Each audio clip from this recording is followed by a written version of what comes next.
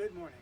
I have a pretty short video for you today. This is the overreaching or the overrun, and it's short because the concept that's being described is pretty simple, although I'm going to show you what I call kind of the anti-lesson, the opposing lesson.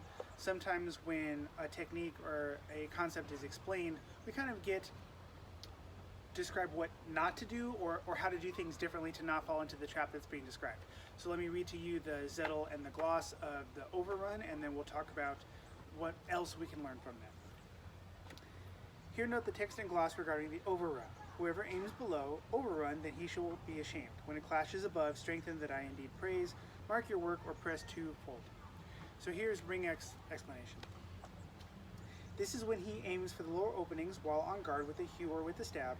You shall not parry him, but rather assess that you overrun him with a hew above to the head or plant the point above as is pictured, so he will be shamed in front of you, because all over hews and all upper plantings outreach the lower. So like I said, it's a pretty simple concept.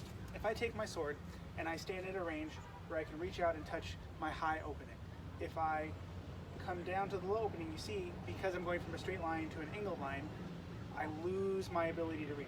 So I can touch my pel at the high attack, and as I come down to the low openings, I'm a little out of range.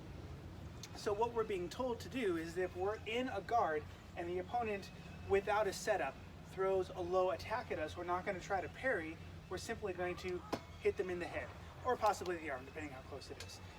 Although it's not described in this, I think a lot of people correctly kind of extrapolate that another example is, rather than parry, we could back up slightly to cause that miss and hit to the pel.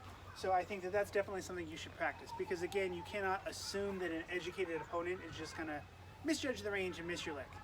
So I think it's very important to get used to maybe being able to pop back a little bit and then hit if they reach for that low attack. So the concept of the high attack overreaches the low attack because of geometry, super simple.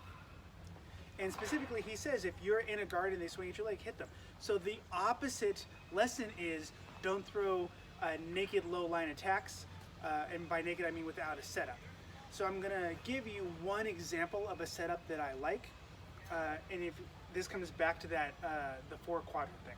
So I like to force opponents to defend to an opposite quadrant, both high and to the side from where I'm going. So if I want to hit my opponent's right leg, for example, what I'm going to do is I'm going to threaten, and usually with a thrust, because I find that this turns into this cover the will, I'm going to threaten a thrust to their high left, forcing them to parry to their high left, and that takes their sword away from me so that I can roll out and hit that lower target.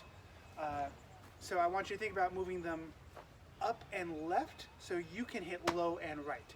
So I don't want to just attack a low line without a setup, but the setup is better if we can get them moving in the opposite direction of where we want to go. Because even if I stay on the same side, something you'll see people do sometimes is like high to low on the same side, and that's better than just throwing an unset up low line attack where people can come up and down. They still might beam you in the head. We can get them moving completely in the wrong direction. It gives us a little bit more time to safely attack that.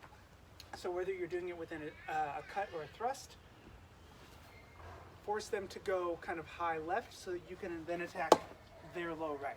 And there's lots of different ways to do that. I think that's just a good example. So remember the concept of the overreaching or the overrun, and that the high attack is always going to outrange a low line attack. And kind of the implied lesson, which is don't throw low line attacks without a setup, because you're going to get beamed in the head. And then think about different ways you can manipulate your opponent to get them moving in the opposite direction of the quadrant that you want to hit.